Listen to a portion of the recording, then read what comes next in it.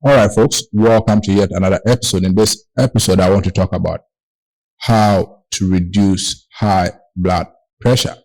We are talking about behavior medicine, and we are talking about the behaviors that we can put up to ensure that we reduce high blood pressure. So before we even go into that, there are some errors that we make when measuring high blood pressure that can actually make the blood pressure read high when actually it is not high.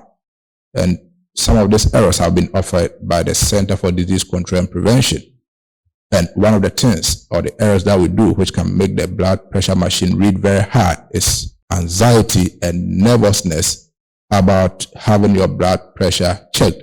When people are so anxious, people are so nervous about having to have their blood pressure checked, this anxiety, this fear, this nervousness can make the blood pressure machine read that they have a high blood pressure when in actual fact it is not high.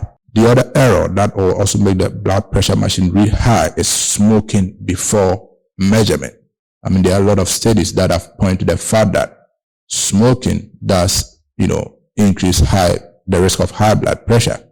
Therefore, smoking before you measure your blood pressure would definitely make you have a high blood pressure. Again, drinking alcohol or caffeine before measuring your blood pressure can also make the blood pressure machine tell you that you have a high blood pressure when in actual fact you don't have it. Because studies have also shown that taking excessive amounts of alcohol and also caffeine can raise your high blood pressure. So again, exercising just, in 30 minutes before measuring your blood pressure can also impact, and then make the machine measure and say that your blood pressure is high when it is not. Because when you exercise, there's a lot of chemical processes or reactions that goes on in your body. And this will definitely, because when you exercise, you're actually making your heart run. And then when you measure your blood pressure just after exercising or 30 minutes after exercising, the blood pressure machine will tell you that you have a high blood pressure when it is not. Therefore, do not measure your blood pressure just after exercising. You need to wait for a while beyond 30 minutes. So I have some tips here on how you can correctly measure your blood pressure to make sure that, you have the right measurement for your blood pressure. So avoid eating or drinking minutes before measurement, because when you eat, when you drink, the body's processes are kicked on and therefore your blood pressure can run high.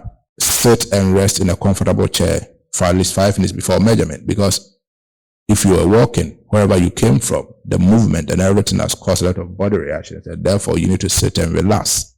When you relax, your blood pressure measurement becomes more accurate. That is why one of the best times to check your blood pressure is when you have just woke up from bed, after a night sleep, because then the body has relaxed during the night, and then the blood pressure machine is more likely to give you an accurate measurement compared to when you've been walking and doing many things during the day. And also, you don't have to talk during the measurement, because talking will mean that your body's physiological processes have been kicked on and therefore can impact on your, blood pressure measurement. Also, you need to avoid loud noises in the environment around you during measurement. Okay?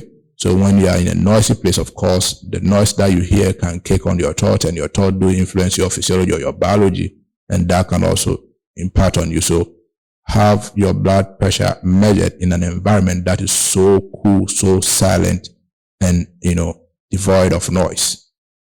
And this is how you can measure your blood pressure accurately. Now, to the main topic, looking at behavior medicine and what are the behavior or the lifestyle trends that we need to change in order to reduce high blood pressure.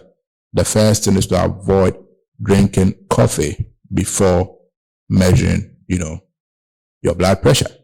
So it's not good to take coffee because coffee contains caffeine, and caffeine has been shown to make people's blood pressure read high. Avoiding them would definitely help you to reduce your high blood pressure.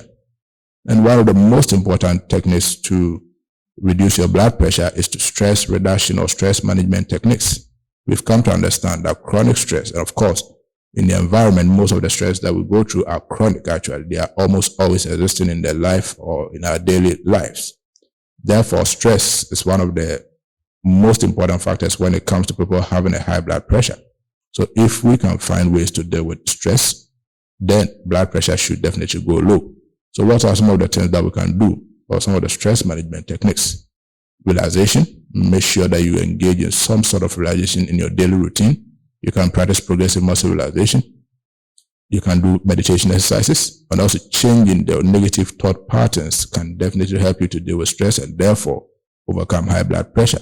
Exercising, of course, can also help you to deal with stress. Listening to music can also help you to deal with stress. So these stress management techniques can help you to deal with stress and therefore reduce your high blood pressure. Of course, another way to reduce your blood pressure is to take the medications that you've been given by your doctors. You cannot throw the medications away. You need to take them, of course. Another thing you can do to reduce your blood pressure is to make sure that you have adequate amounts of sleep, especially getting 7 to 9 hours of sleep at night can help your body to heal, can help your heart to rest, and therefore your blood pressure will be lower. Also, having 7 to 9 hours of sleep at night will help you to deal better with stress, and therefore you'll be able to reduce your blood pressure. Quit smoking, because smoking has also been shown to impact on blood pressure of people. And therefore, if you can stop smoking entirely, your blood pressure should be, normal and not too high. Again, reducing excessive consumption of alcohol.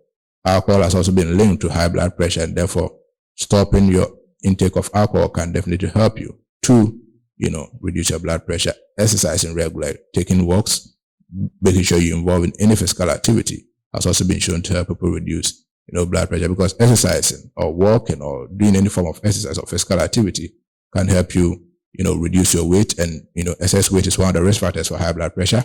So if you can exercise, then it means that you can control your weight better. And when your weight is controlled, blood pressure gets lower. The last thing I would suggest is losing weight. Losing weight.